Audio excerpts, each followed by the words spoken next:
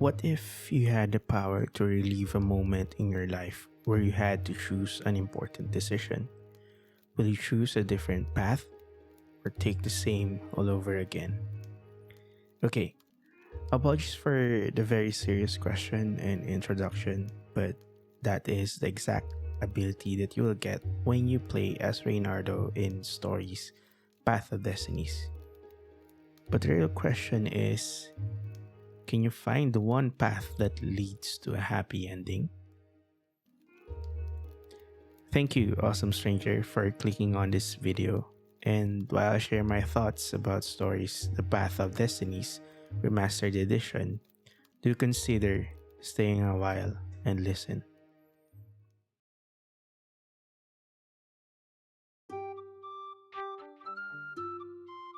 For the too long did not watch version, I do recommend that you try Stories Path of Destinies Remastered Edition. For me, it delivered a great narrative structure and story progression that supports each decision the player makes, coupled with a well-performed, charming, and witty narration that is very fun to listen to. Its fast-paced swordplay combat and counter mechanics like Batman, Shadow Mordor, and Mad Max type of games is also a welcome addition. The art style, illustrations, colors, and overall visuals of the game are charming and match the fairy tale and storybook vibe that the game is trying to communicate to the player. The game still had its shortcomings, such as an enemy variety, easy map challenges and obstacles, lack of boss fights, and repetitive gameplay, which are, in my opinion, forgivable and are not deal breakers for the price. You can get the game in Steam and GOG for PC players and PlayStation 4, and is backward compatible with PlayStation 5. Stories Path of Destinies, developed by Spearhead Games, can be considered a good old game at this point. It was originally released way back in 2016, and the remastered edition was released in 2018. Based on my time playing the game, I haven't experienced any significant game performance issues or game-breaking bug. There are occasional frame dips when so many things are happening on the screen, but it's so far in between that I hardly notice them. You can check my device's specs in the description box below. Controls, on the other hand, is a bit of mixed bag. Especially for mouse and keyboard users, the game did not prompt me to play using a controller for best experience. But yeah, I'm too stubborn for that. But the control experience is not really that bad. I just got annoyed when moving. It's a bit difficult to explain, but there are instances that the animated cursor for moving doesn't align well on the path I'm trying to run to. Using a controller is pretty much what you can expect. It is snappier and accurate than using a keyboard and mouse. There are some visual bugs or typos, like showing a triangle instead of a Y in one of my playthrough. I'm using an 8-bit DOE Ultimate controller connected via its 2.4G dongle, so I'm not sure if it does the same thing on an Xbox controller or other third-party controllers. But other than that, I can agree that using a controller is the way to play. Stories Path of Destinies was heavily influenced by choose-your-own adventure books for the game's core mechanic, which is well presented and highlighted in the game. And to be honest, I haven't experienced any game that offers the same presentation when it comes to storytelling. And this feature, in my opinion, set the game apart from other games in the genre. I won't describe this specific feature any more than that to avoid any spoiler. All I can say is I can't help but be surprised that this type of storytelling approach was not made that popular. Or maybe I just missed something. Quoting from the game's trailer, every choice has its story really embodied the game dynamic narrative structure. Every path and choice you make opens new path for you to take. And you, the player, as well as Reynardo, discovers facts about certain characters, places, and events that will help you find the path to a happy ending. The game loop mechanic almost felt like a roguelike game when I first understood what's happening. But for the game's story, you die, the story ends, you discover something new about the story, and then you try again. But in your next try, you carry a new fact or understanding that will help you make better decision.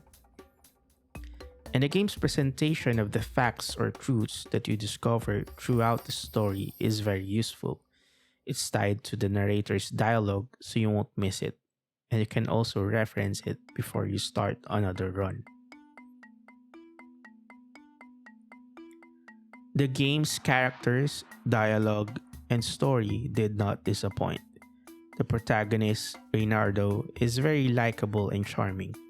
He has this sarcasm that most of the time makes me laugh, and that goes too with the other characters in the game. Their intentions, drive, and attitude towards Reynardo are not something that just pops up out of nowhere in the game.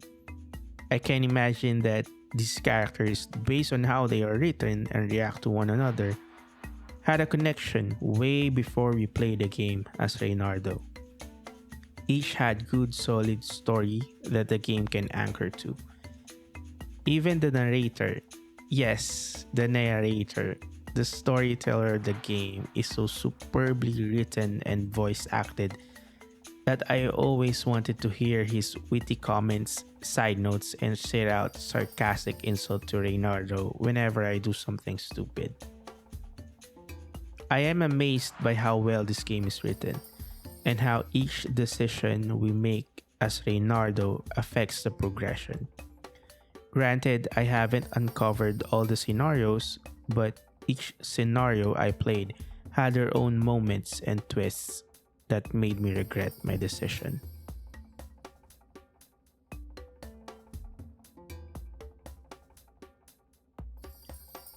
The fun, fast-paced combo and counter mechanic was inspired by games like Batman, Arkham series, and I think it did match the flashiness and swordplay that the game protagonist Reynardo represents. I enjoyed racking up my combo counter and disappointed to my gamer skills when I accidentally reset it back to zero. The game also gives you a grappling hook that you can use to hook and stun enemies, of course. There are also different skills for the player to explore. Granted, the skills are not as vast as other games in the RPG genre, but I can say that for the length of the game and what it is trying to achieve, it is already good enough. It has enough depth and variety that you can focus on being the dashing and nimble swordsman or a tanky counter god that annihilates your enemy every time you cross swords. Crafting and items, though, to me are a bit limited.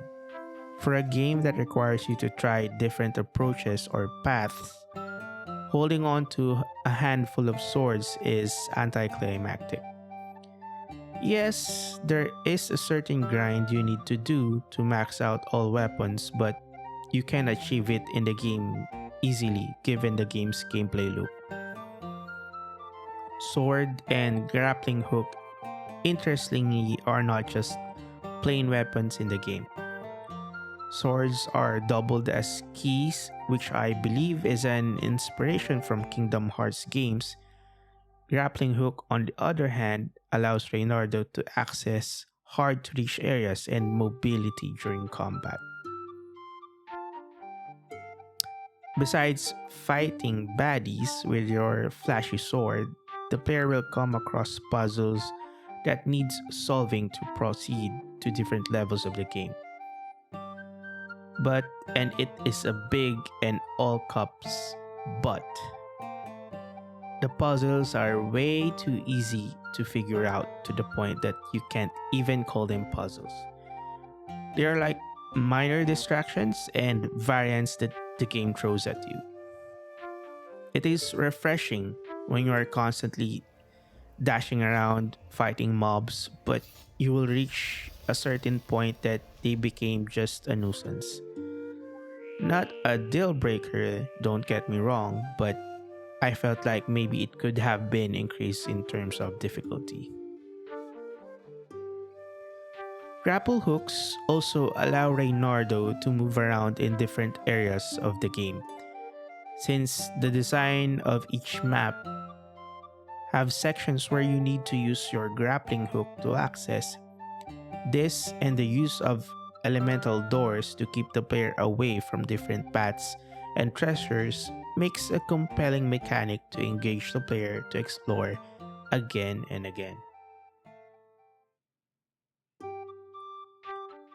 The charming and vibrant art style and visual direction was inspired by games like Bastion, though I played and finished Bastion before, but I couldn't see the connection and inspiration right away. I had to look up for images of Bastion again, and once I saw the images, I can already see where the connection was. The floating maps, game clutter, color, effects, character model, and overall vibe really match the storybook aesthetics that the developers aimed for. This for me elevated the game even more. The soundtrack made for this game elevated moments of chaos, peace, and adventure in the game. It adds to the storytelling and emotional impact that the game tries to communicate to the player. It may not be the game's highlight, but it definitely contributes to the overall immersion of the game.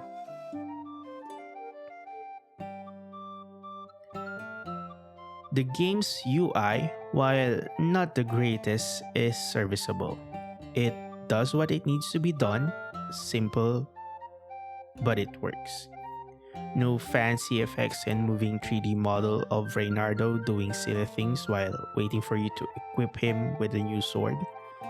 But having said that, I do feel that adding a bit of 3D models of weapons and items in the mix will make it a treat for the player to pull up the inventory and skills interfaces. On the other hand, and this is where I believe the developers really listed the things they need to focus on. The interface they made for the storytelling mechanic is as cohesive as the story. Granted, the textures are not as high as today's game, but it is just a thing that the game needs. An interface and 3D model for a book that flips, and a map that shows the player what already transpired in the story. I am not a game UI designer by any means. I wish I am, but I can see that the developers and designers of this game really cared for the cohesiveness of the game. They understood that this UI will play a significant role to the game, and I believe that they nailed it.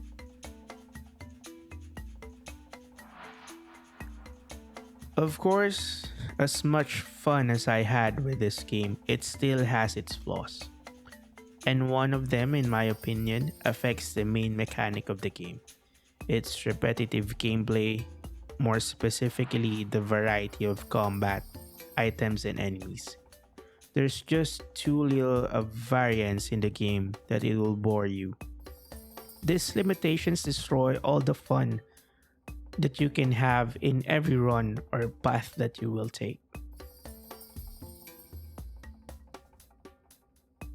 Another thing that caught me off guard was there were no boss battle or any mini boss battle of some kind. I was expecting, especially near the end, that I will have an epic battle with the main villain. But it all happened through the story. It was anticlimactic. I'm not sure why this is, but it did affect the awesomeness of the game. Stories: The Path of Destinies is a game that I will recommend to anyone who wants strong narrative and story progression. It has lovable characters and awesome narrator that will keep you company in every path you take. It has intriguing and unexpected twists in every story, coupled with fast-paced combat to ensure that players will be engaged throughout the time play. Though it did fell off in terms of variety and difficulty, to me it is not a deal breaker and a reason not to try this gem of a game. I enjoyed every hour I spent playing this game, and I will definitely try to unlock every story just to see each outcome. And shout out to Spearhead Games for developing such a wonderful, creative, and story rich game. I came into this game not expecting anything, but I came out more than satisfied with this game I found. I hope more game developers give more time crafting what makes their game stand out and unique, more than just following the trend and the movement of profit. I will definitely play Omen Sight and will watch out for more Spearhead game releases.